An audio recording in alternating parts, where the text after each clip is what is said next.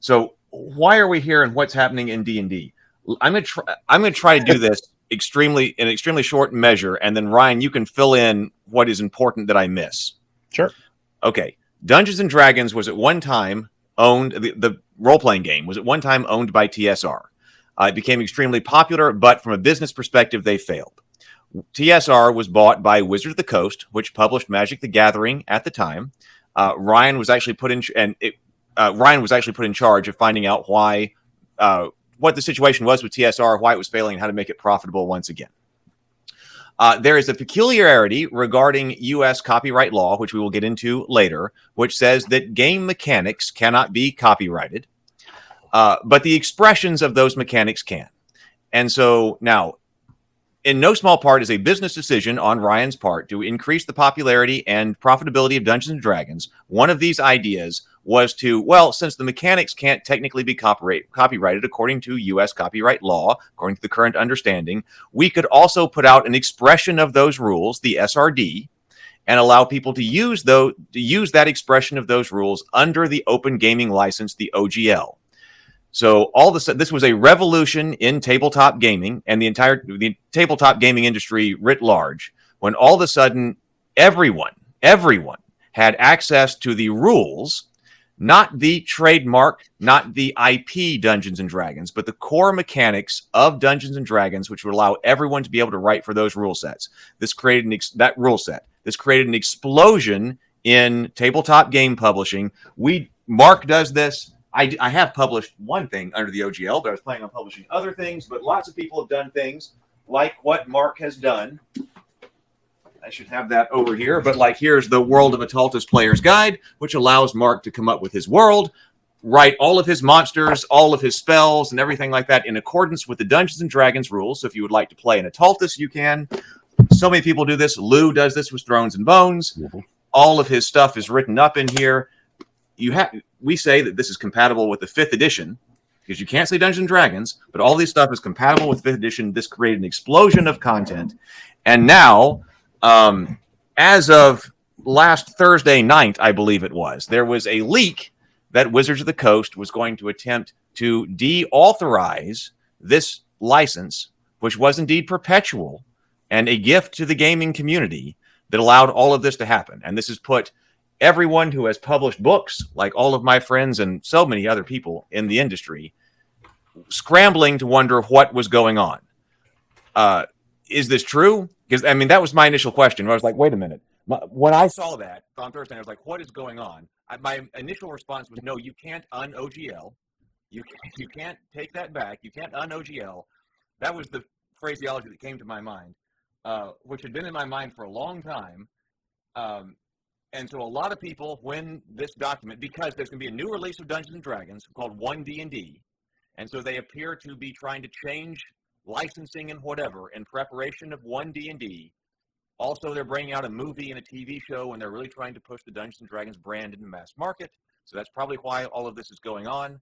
But all of a sudden, for about 72 hours, starting from last Thursday, there was all of a sudden a lot of controversy around what exactly the status of the OGL was.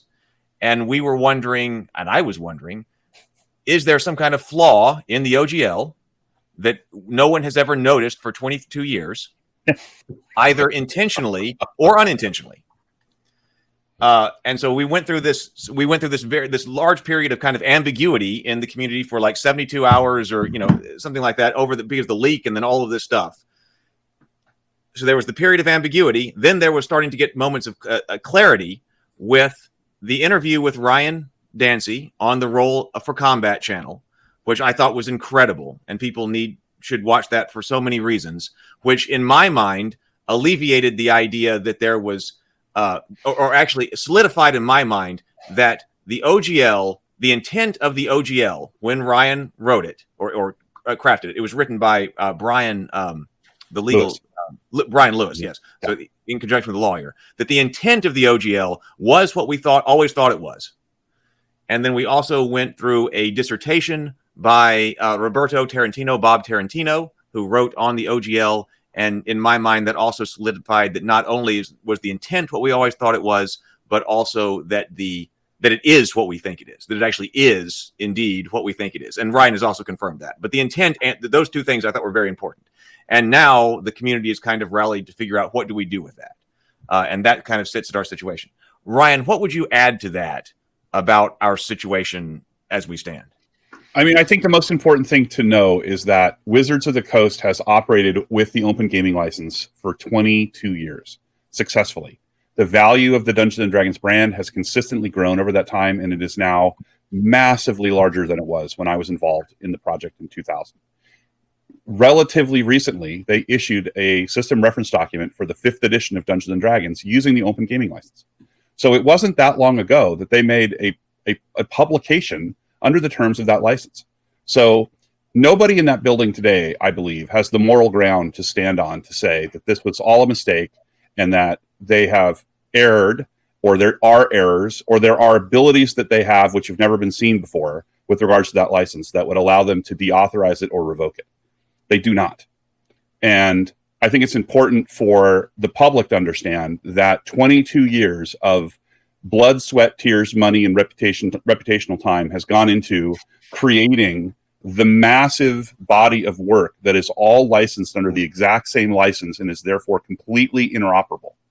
That common shared collection of value is at risk, and it shouldn't be at risk. And it's at risk for in my opinion, bad faith effort on the part of Wizards of the Coast to attempt to deauthorize or revoke that license. They just can't be allowed to do it. It affects people far, far, far beyond the staff and shareholders of Hasbro and Wizards of the Coast. Yeah, I think it does. I'm sorry, Mark. I think it does, because when I was looking at this, and also the ramifications on potential things like open source software and things like this goes at the core of what open licenses are. Yeah, and I just want to, you had said earlier, a gift to the gaming community, but yeah, I wanted to bring that up. I just want to say, like, one of the first on page 6 of our book, it says, you will need to use this with the 5th edition of the world's best known role-playing game. This means you'll also need the 5th edition starter set, 5th edition core rule books, or access to the 5th edition rules in some fashion to play this game.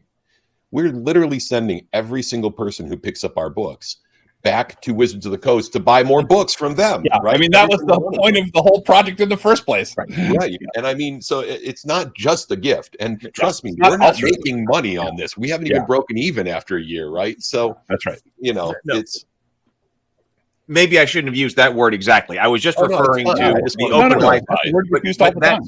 But that's why I also I wanted to be explicit. That's why I was trying to be explicit in what I was saying by saying that this was part of a business strategy. That it wasn't. It was a gift, but it wasn't just complete altruism about what was going on here. This was indeed part of a business strategy to turn the D&D brand into a revenue-generating brand for Wizards of the Coast, and this strategy was phenomenally successful. Yeah, that's right. Okay, that's right. And to paraphrase the New Republic, I think they put it well when they said that the OGL made the Dungeons and Dragons system, solidified it as the lingua franca of role-playing games. And where before there were other things out there, but it sort of solidified that was it. When you played a role-playing game, this was the language, that was common.